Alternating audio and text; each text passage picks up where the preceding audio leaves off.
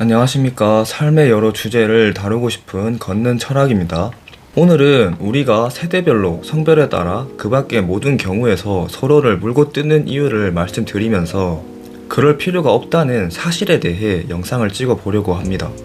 이거 하나만 아셔도 인생이 참 편해진다고 생각하는데 그건 바로 인간은 타인을 이해할 수 없는 존재라는 거예요. 모든 인간은 저마다 다른 부모, 환경, 경험, 우연 속에서 서로 다른 가치관을 세우고 살아갑니다. 50억 인구 중에서 똑같은 가치관을 가진 경우는 절대로 있을 수 없는 거예요. 한 사람이 자라온 환경과 그 궤적 속에서 형성된 가치관은 오직 그 한 사람만의 고유한 영역이기 때문이에요. 그 누구도 타인과 완벽히 동일한 조건에 처할 수 없고 똑같은 궤적을 따라 살아올 수 없습니다. 그렇기 때문에 우리는 저마다의 색안경을 낀 채로 세상을 바라볼 수밖에 없어요. 가족, 오래된 친구, 연인 사이라 할지라도 예외는 없는 겁니다. 우리는 애초에 서로를 이해할 수 없는 존재인 거예요. 사실상 우리는 같은 인간이면서 서로 다른 존재인 거고, 그래서 서로를 물어뜯을 수밖에 없는 거죠. 그런데 반대로 서로를 애초에 절대로 이해할 수 없는 존재라는 걸 인정하고 인지한 순간부터는 싸움에서 해방될 가능성을 찾을 수 있게 돼요. 내가 타인을 이해할 수 있다는 오만에서 빠져나올 수 있기도 하고, 내가 저 사람과 완전히 똑같은 경험과 궤적을 따라 살았고 그 결과 똑같은 가치관을 갖게 됐다고 했을 때 저 사람과 똑같이 행동하지 않을 거라는 보장이 없습니다. 아마 똑같이 행동할 확률이 굉장히 높을 거라고 생각해요. 타인의 행동은 그 타인의 인생의 궤적을 통해서 만들어진 가치관이 만들어낸 행동이기 때문이죠. 그러니까 내가 타인과 똑같은 궤적을 따라 살아왔다면 그 사람과 똑같은 행동을 하게 될 수밖에 없어요. 이런 이유로 내가 타인을 이해할 수 있다는 생각을 하지도 말고 시도조차 하지 마세요. 그냥 같은 인간이지만 서로 다른 존재임을 인정하고 저런 경우도 있구나 정도만 생각하시고 넘어가면 됩니다. 그리고 사실 이게 맞죠. 우리는 정말 서로 다른 존재에 가까우니까요. 예를 들어서 저희가 개나 고양이의 행동을 이해하려고 하지 않고 이해하지도 않는 것처럼 그냥 자연스럽게 넘어가면 되는 겁니다. 잊지 마세요. 타인을 이해할 수 있다는 오만에 빠지는 순간 우리는 서로를 물고 뜯게 되어 있습니다. 왜냐하면 나한테 정답인 게 타인에겐 정답이 아니고 오히려 오답일 수 있기 때문이에요. 흔하게 타인을 이해하는 과정으로 여겨지는 게 공감이라고 생각하는데 공감도 사실은 타인을 이해하는 과정이 아닙니다. 오히려 엄격하게 분리되어야 하는 개념이라고 생각해요. 우리가 흔히 말하는 공감은 타인의 상황에 나를 대입해서 분노나 슬픔 같은 동일한 감정을 느끼는 상태를 말해요. 그러니까 공감도 타인을 이해하는 게 아니라 내가 낀 색안경을 통해 그 상황을 간접 체험하는 거고, 공감의 주체가 타인이 아니라 나라는 거죠. 내 감정을 느껴보는 거니까요. 너를 이해하는 거에 가까운 게 아니라 내가 그 상황에 처했을 때 어떨지를 가늠해보는 행위가 공감이라는 거예요. 어찌됐든 그게 타인을 이해하는 과정 아니냐고 말씀하신다면 그 말이 맞을 수도 있습니다. 그런데 적어도 제가 낀 색안경으로 봤을 땐 타인을 이해하는 과정의 주체가 타인이 아니라 나라면 그건 타인을 이해하는 과정이 아니라고 생각해요. 이번 영상의 내용처럼 저와 시청자분들도 다른 존재고 서로 다른 생각을 하면서 살아갑니다. 그래서 공감이 타인을 이해하는 과정이 맞다고 생각하신다면 선생님의 세상에서는 그게 맞는 겁니다. 그런데 그게 모두의 정답이라고 확정짓고 살면 안 되는 거죠. 물론 나한테만 정답이라고 생각하는 건 문제가 안 됩니다. 이게 맞다는 이유로 타인에게 나만의 정답을 강요하고 내세우면 결국 싸우게 되거든요.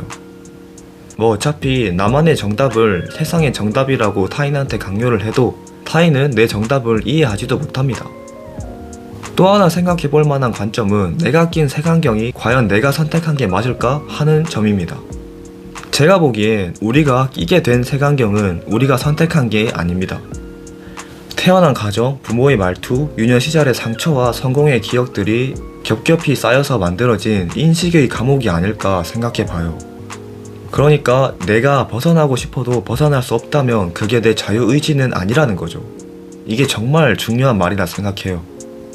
결국 우리는 저마다 창살 없는 감옥 안에서 밖을 내다보면서 그게 진실이라고 믿으면서 살아가는 게 아닐까요? 모두가 저마다의 감옥에 갇혀서 나올 수 없는 거고, 그래서 저마다 타인을 이해할 수 없는 겁니다.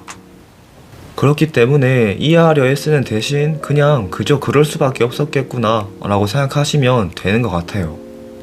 비가 내리는 이유를 이해하지 못해도 그냥 우산을 쓰거나 비를 맞으면서 걸어가는 것처럼 타인의 행동도 그냥 자연현상처럼 바라보면 마음이 편해지는 것 같습니다. 그 사람이 가진 독특한 우선순위는 그 사람이 자라온 환경과 그 궤적 속에서 형성된 가치관에 따라서 만들어진 것일 뿐이죠.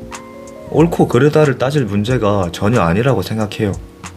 이해는 오만이고 인정은 나라는 사람의 품격을 지켜주는 거라는 점을 서로가 가끔씩은 기억해보는 게 건강한 사고방식이라고 생각해요.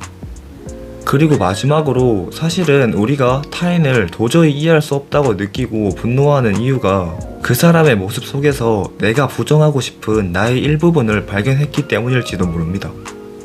투사 개념이랑 비슷하다고 생각하는데, 예를 들어서 내가 외모 지적이나 인신공격을 자주 하는 사람이라면 사실은 내 외모에 불만을 갖고 있거나 열등감을 갖고 있을 확률이 굉장히 높은 겁니다. 이건 잘생기고 이쁜 사람이라도 예외가 아니고 의외로 외적으로 뛰어난 사람이 외모 투사를 많이 하고 또 많이 느끼기 때문에 외적으로 가꾸는 능력이 뛰어난 거일 확률이 높아요. 물론 인간이라면 누구나 투사를 할 수밖에 없어요. 그게 내가 상처받지 않기 위한 본능이니까요. 내가 내 스스로의 단점을 욕하고 싶지 않아서 타인한테 내 모습을 투영해서 욕하는 게 투사입니다. 최종적으로 우리가 타인을 향한 손가락질을 멈추고 그 사람을 있는 그대로 두는 순간부터 나 자신도 타인의 시선으로부터 자유로워질 수 있는 존재가 되는 게 아닐까 종종 생각해 봅니다. 물론 타인의 눈치를 안 보고 살아가는 게 힘들죠. 인간은 사회적인 동물이니까. 그래도 노력할 필요는 있다고 생각합니다. 세상에 존재하는 사람 모두가 각자의 우선순위가 다름을 겸허하게 인정해야 된다고 생각해요. 살다 보면 주변에 도저히 납득되지 않는 가치에 몰두하는 사람이 있더라도 같은 인간인 이상 우리에겐 타인을 비난하거나 충고할 자격이 없습니다. 내가 그 사람이랑 똑같은 환경에서 자라서 똑같은 궤적을 그려왔을 때 그 사람보다 더한 모습이 되지 않으리라는 확신이 없거든요. 앞서 말씀드렸다시피 그 사람과 똑같이 행동할 확률이 더 높습니다. 그러니까 이해되지 않는다는 이유로 누군가를 미워하거나 적으로 규정하지 않았으면 해요. 서로를 절대로 이해할 수 없다는 사실을 냉정하게 인정할 때 우리는 타인이라는 지옥에서 벗어날 수 있고 서로의 존재를 있는 그대로 긍정할 수 있고 행복해질 수 있다고 생각합니다. 영상 내용이 좋으셨다면 구독해주시고 다음엔 더 좋은 영상으로 찾아뵙겠습니다.